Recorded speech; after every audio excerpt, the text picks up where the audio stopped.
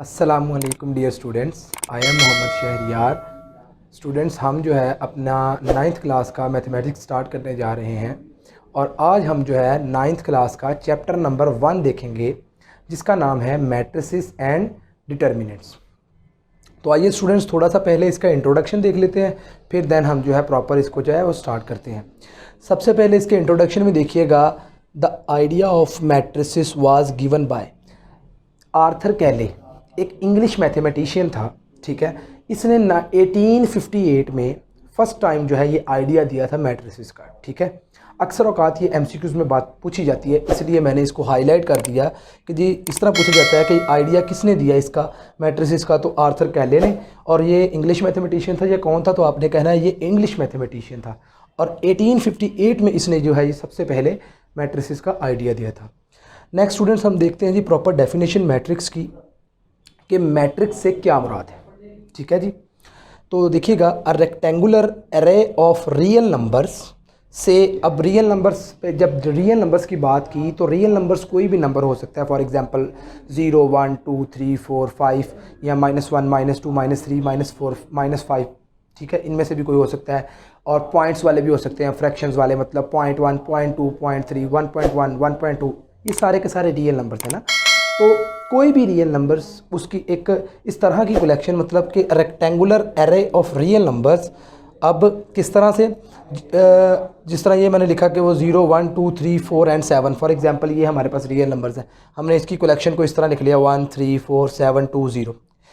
अब ये बेसिकली जो कलेक्शन है enclosed with a pair of brackets, अगर इनकी साइड्स पे हम ब्रैकेट्स लगा दें, देखिएगा enclosed by brackets, square brackets के ज़रिए अगर हम इनको इनक्लोज कर दें, इस set to form a matrix, तब जाके एक मैट्रिक्स बनता है। जैसे आप देख सकते हैं, ये हमने कलेक्शन को स्क्वायर ब्रैकेट्स की मदद से इनक्लोज कर दिया, तो ये हमारे पास एक मैट्रिक्स बन गया। इसको बेसिकली रेक्टेंगुलर एरे क्यों बोला गया? ठीक है, क्योंकि आप देख सकते हैं इसमें हमारे पास जो नंबर्स की कलेक्शन है बेसिकली वो अब जाके आगे जाके हम मज़ीद जो है इसको मज़ीद मेन डिस्कस करेंगे कि रेक्टेंगुलर मैट्रिक्स या स्क्वायर मैट्रिक्स क्या होता है। ठीक है, तो बेसिकली वो चीज़ें जो है वो बात की हैं जिसकी मतलब रोज़ की तादाद कॉलम्स की तादाद के बराबर आ जाए उसको हम स्क्वायर मैट्रिक्स बोलते हैं, और जिसमें रोज़ की तादाद कॉलम्स की तादाद के बराबर ना आए उसको रेक्टेंगुलर मैट्रिक्स बोलते हैं। ठीक है, तो हम लोग जानते हैं कि हर रेक्टेंगल एक स्क्वायर होती है। ठीक है, हर रेक्टेंगल एक स्क्वायर होती। कैसे? देखिए यहाँ पे फॉर एग्जांपल हम एक रेक्टेंगल लेते हैं, स्क्वायर पे क्या कंडीशन है? स्क्वायर पे ये कंडीशन है, रेक्टेंगल ये कहती है कि ऑपोजिट साइड्स की लेंथ बराबर हो और ऑपोजिट साइड्स एक दूसरे के पैरेलल हों। ठीक है, तो इसको आप क्या बोलते हैं? ये हमारे पास एक रेक्टेंगल है। ठीक है, इसी तरह ही स्क्वायर हमारे पास क्या होती है कि ऑपोजिट साइड्स की लेंथ नहीं बल्कि चारों साइड्स की लेंथ जो है वो बराबर हो तो उसको स्क्वायर बोलते हैं। ठीक है, तो दैट्स वाई इसमें हमने rectangular array of real numbers बोला। अब आगे देखिए, matrices are denoted by, matrices को हम डिनोट करते हैं कैपिटल लेटर से, इनको हम स्मॉल लेटर से डिनोट नहीं करते। जो इसके एलिमेंट्स हैं, मतलब ये जो अंदर नंबर्स लिखे हुए हैं 1, 3, 4, इनको अगर हमें इन केस कभी डिनोट करना हो तो उसको हम स्मॉल लेटर से डिनोट कर सकते हैं। हाँ, अगर मैट्रिक्स को आपने इटसेल्फ डिनोट करना है तो उसको आप इंग्लिश अल्फ़ाबेट्स के कैपिटल लेटर से डिनोट करेंगे। For example ABCDEF up to so on Z, कोई भी कैपिटल लेटर से आप डिनोट कर सकते हैं। क्लियर है इतनी बात? तो ये था जी कंसेप्ट मैट्रिक्स का कि रियल नंबर्स की कलेक्शन, ठीक है, enclose with the pair of brackets, वो आपके पास मैट्रिक्स होती है। नेक्स्ट स्टूडेंट्स, बात करते हैं कि मैट्रिक्स जो है इसकी रोज़ कौन सी होती हैं और इसके कॉलम्स कौन से होते हैं। ठीक है जी, तो आइए ज़रा देखते हैं। फॉर एग्जांपल हमारे पास एक मैट्रिक्स है A, ठीक है, 1, 2, 0, 3, 5, 4, 2, 1, -1। क्लियर? अब स्टूडेंट्स, ये जो हॉरिजेंटल लाइंस है ना, ये मतलब ये 1, 2, 0, इसको मैंने R1 से डिनोट किया। ये हमारे पास फर्स्ट रो है इस मैट्रिक्स की। ठीक है, इसी तरह ये हॉरिजेंटल सेकंड लाइन जो है ये हमारे पास सेकंड रो है इस मैट्रिक्स की, और ये हमारे पास थर्ड रो है इस मैट्रिक्स की। वर्टिकल लाइंस जो होती हैं ये हमारे पास कॉलम्स होते हैं। ये 1, 3, 2, ये C1 मैंने लिखा, फर्स्ट कॉलम है इस मैट्रिक्स का। इसी तरह 2, 5, 1 ये सेकंड कॉलम है इस मैट्रिक्स का। 0, 4, -1 ये थर्ड कॉलम है इस मैट्रिक्स का। ठीक है जी, तो इस तरह से आपको आइडिया हो जाना चाहिए कि मैट्रिक्स की रो से क्या मुराद है और मैट्रिक्स के कॉलम्स से क्या मुराद है। आगे है हमारे पास ऑर्डर ऑफ अ मैट्रिक्स। किसी भी मैट्रिक्स का जो ऑर्डर है बेसिकली वो क्या होता है, हम किस तरह से बता सकते हैं कि इस मैट्रिक्स का, जो भी मैट्रिक्स हमें गिवन हो उसका ऑर्डर क्या होता है। अक्सर औकात एमसीक्यूज़ में मैट्रिक्स दे के उसका ऑर्डर पूछा जाता है, ठीक है। तो आइए देखते हैं जी।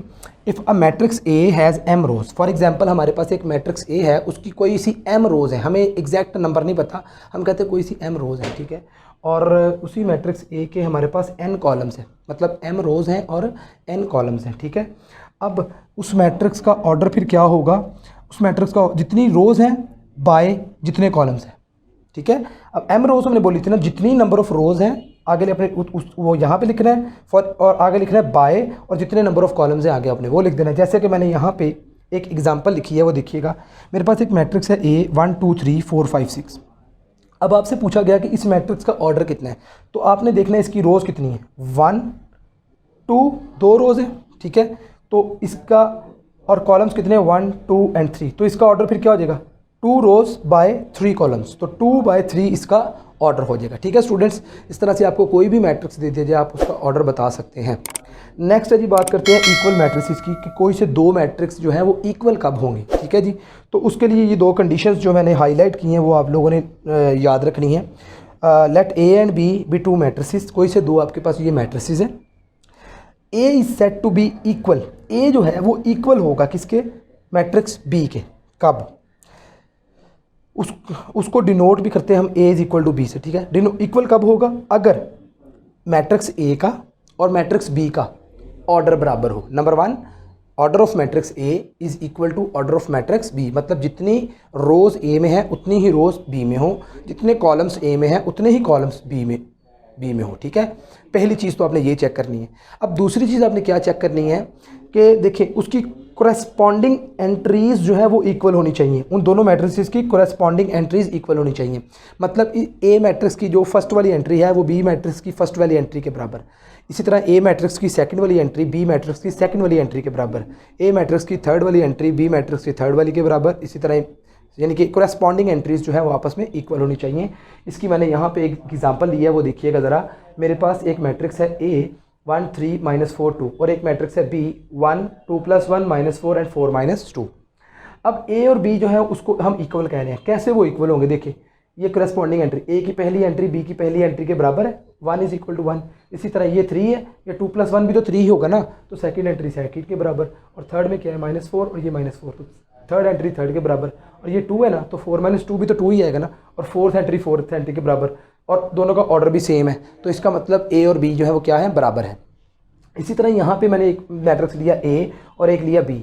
अब दोनों का ऑर्डर कितना है, 2 रोज़ और 2 कॉलम जिसमें है, 2 रोज़ और 2 कॉलम जिसमें, मतलब 2/2 इसका ऑर्डर है और 2/2 ही इसका ऑर्डर है, दोनों का ऑर्डर तो बराबर है।